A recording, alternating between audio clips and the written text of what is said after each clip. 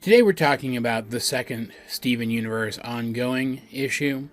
And man, already I'm really enjoying this series. Like, I think after issue 1, this one continues the trend of being more what I expected from a Steven Universe comic series. It's a towny episode, for lack of a better term, but it's one of the type that I would have expected to get in the show, rather than some of the generic and almost impersonal plots that we started to get later on in the show's run. Like that one with the robot, Zoltron or whatever. What was that one even called? I can't remember the title of that one. Like, I didn't think it was a bad story in and of itself, but it didn't feel like it mattered to anything. Even like building characters that I cared about. This did. It was good. And what's particularly interesting about it is that one of the characters that it built was Stevonnie. Because while, and this is going to be important for the plot of this issue going forward, while Stevonnie is Steven and Connie, they're also Stevonnie. They're also their own person. Just like Garnet is. The story starts out as something completely different than what it ended up being, and I appreciated that. It gave us a realistic reason why Stevonnie would be in this particular predicament in the first place. But it starts out, Steven and Connie are trying to get into a PG-13 rated movie, which I thought at this point Steven would have been able to get into, but I guess Connie isn't, and that's what the problem was. It's an adaptation of that, his Dark Materials-esque, a young adult fantasy series that Connie likes so much, and it's very clearly going to be a terrible adaptation, which was a fun little meta joke because that series has a notoriously terrible movie adaptation. And so, seeing as how they're not old enough to both get in, they try fusing into Stevonnie, but they don't have, I guess, a student ID, is what the ticket taker was looking for to prove their age. So it doesn't matter, because, I mean, Stevonnie is not technically a teen anyway. They just look like one, right?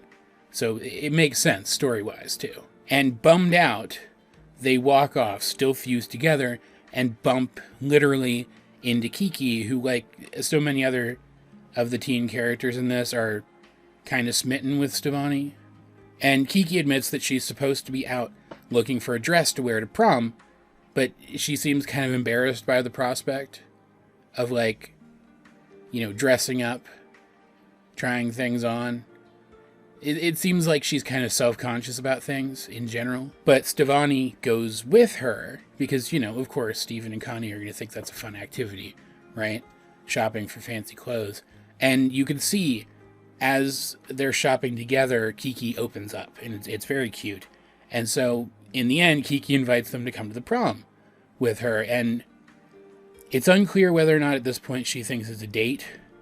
But once they're there, after we've been introduced to Kiki's friends, who I don't recall ever seeing in the show, but who seem like very interesting characters. I hope they pop up in this more, so I'd like to get to know them a little better.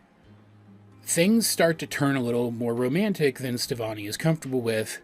They run off, defuse back into Steven and Connie, who discuss the situation and realize that while the truth of who Stevonnie isn't something that they feel like they can talk to Kiki about right now, the best thing for them is to tell at least their version of the truth, that they just want to be friends.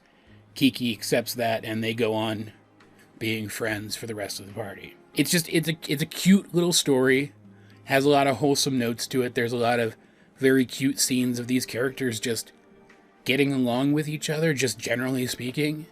They were very sweet. It told us something about Kiki, who seems like she might be attracted to other girls in one way or another, because while Stevonnie is non-binary, they do present very femme, right? It showed us an aspect of some of the characters' lives that we don't get to see very often, that being school, even if it was just in the form of a school dance. And it had a good message at the end. It says, know your boundaries and tell people what they are, and only continue to spend time with people who respect them.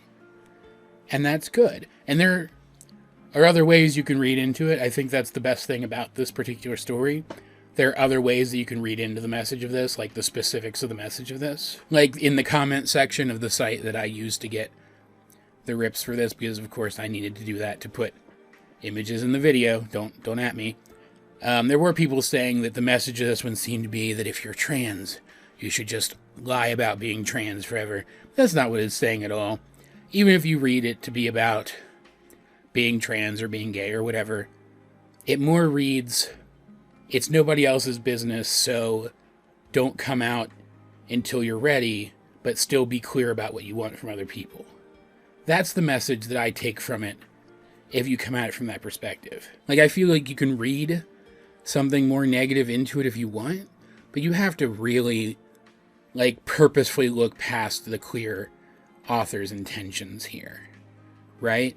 It's not meant to be a one-to-one to any real-life scenario. It's meant to be allegorical. In fact, when I was reading through it, and this is very appropriate considering that it's Ace Week this week, and I'm an Ace person, I kind of read it as, like, especially if you're like Arrow Ace or you're questioning whether you're Arrow Ace, I kind of read Stevonnie as someone who realized that a friend was feeling romantically towards them and wasn't sure if that's what they wanted, so they made their intentions clear to their friend. And the fact that you can read into this same message from these multiple different angles, I think, is what makes this story really particularly great, aside from just all of the cute moments in general.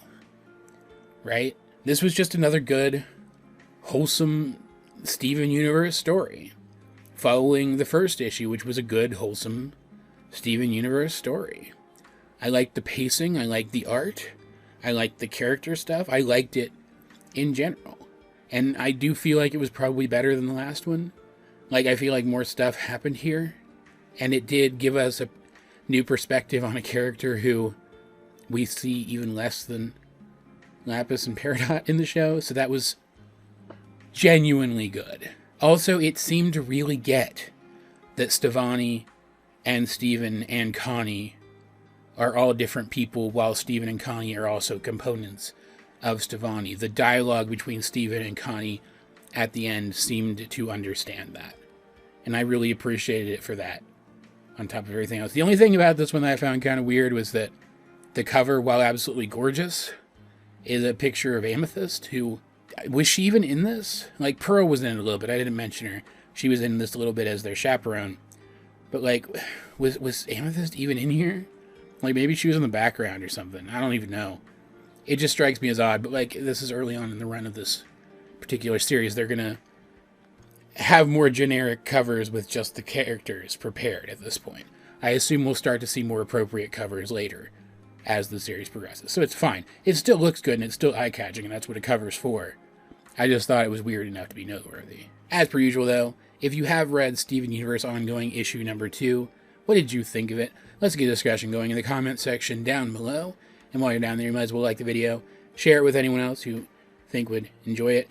In particular, please share these videos with others, these Steven Universe comic reviews. I'm taking them very seriously, and I'd appreciate it if you guys did too. Subscribe. If you haven't, you can also check out the various ways that you can help out the channel. Those will be in the video description. But either way, this has been AJ22, and I will talk to you guys later.